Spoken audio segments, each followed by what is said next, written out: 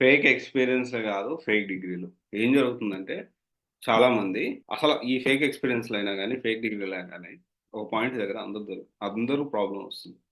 So, first of all fake experience కానీ, fake degrees కానీ పెట్టడం కరెక్ట్ గాదు.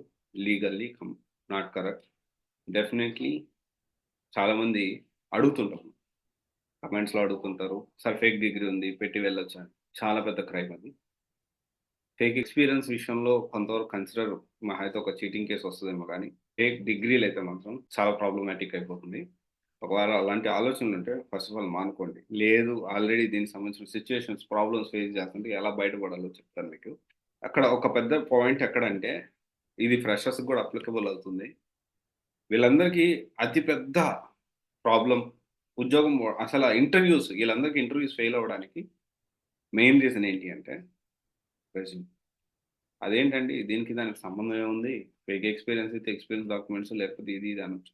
ఇక్కడేమవుతుందంటే, ఈ రెజ్యూమ్ క్రియేట్ చేసేటప్పుడు, ఈ డాక్యుమెంట్స్ ఏవైతే ఉన్నాయో, అసలు రెజ్యూమ్‌లో ఏం పెడుతున్నారో వీళ్ళకి కూడా తెలీదు.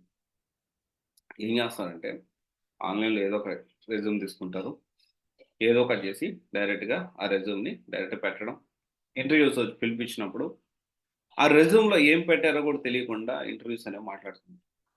రెజ్యూమ్‌లో పెట్టిన ప్రాజెక్ట్ ఫేకే, రెజ్యూమ్ ఫేకే. రెజ్యూమ్‌లో ఉన్న ఎక్స్‌పీరియన్స్ ఫేకే. మీకు ఏ విధంగా ఉద్యోగం వస్తుందని మీరు ఆలోచిస్తున్నారు? ఆలోచించాలి. అది పెద్ద ప్రాబ్లమ్ ఇదే. రెజ్యూమ్ ఏమన్నంటే ఆన్‌లైన్‌లో ఏదో ఒక రెజ్యూమ్ తీసుకొచ్చి పేర్లు చేంజ్ చేసి, ఈమెయిల్ ఐడీ చేంజ్ చేసి నాకొచ్చేస్తుంది ఉద్యోగం అనే భ్రమలో ఉంటారు. అండ్ డెఫినైట్‌లీ రాదు. రాకపోతే వీళ్ళేం చేస్తారంటే దీన్ని నెగటివిటీని బాగా స్ప్రెడ్ చేస్తారు. స్ప్రెడ్ చేసేసేసి ఈ నెగెటివిటీస్ అంటే పాజిటివ్ అనేది అంత ఈజీగా స్ప్రెడ్ అవ్వదు గానీ నెగెటివ్ చాలా ఫాస్ట్‌గా స్ప్రెడ్ అవుతది. ఈళ్ళు కావాల్సిన కష్టపడేవాడు కూడా కష్టపడకుండా లైట్ తీసుకుంటాడు. సో, నేను చెప్పొచ్చేదేంటంటే, రెజ్యూమ్ అనేది చాలా ఇంపార్టెంట్. ఫేక్ డిగ్రీలు, ఫేక్ ఎక్స్‌పీరియన్స్‌లు ఇంటర్వ్యూ క్లియర్ అవ్వకపోవడానికి అతి పెద్ద రీజన్ ఇదే. అంటే రెజ్యూమ్ ఫేకు, రెజ్యూమ్‌లో ఉన్న ఎక్స్‌పీరియన్స్ ఫేకు, రెజ్యూమ్‌లో ఉన్న ప్రాజెక్ట్‌లు ఫేకు, ప్రాజెక్ట్ కూడా ఆన్‌లైన్‌లో తీసుకొచ్చి పెట్టుకుంటా ఉన్నాం.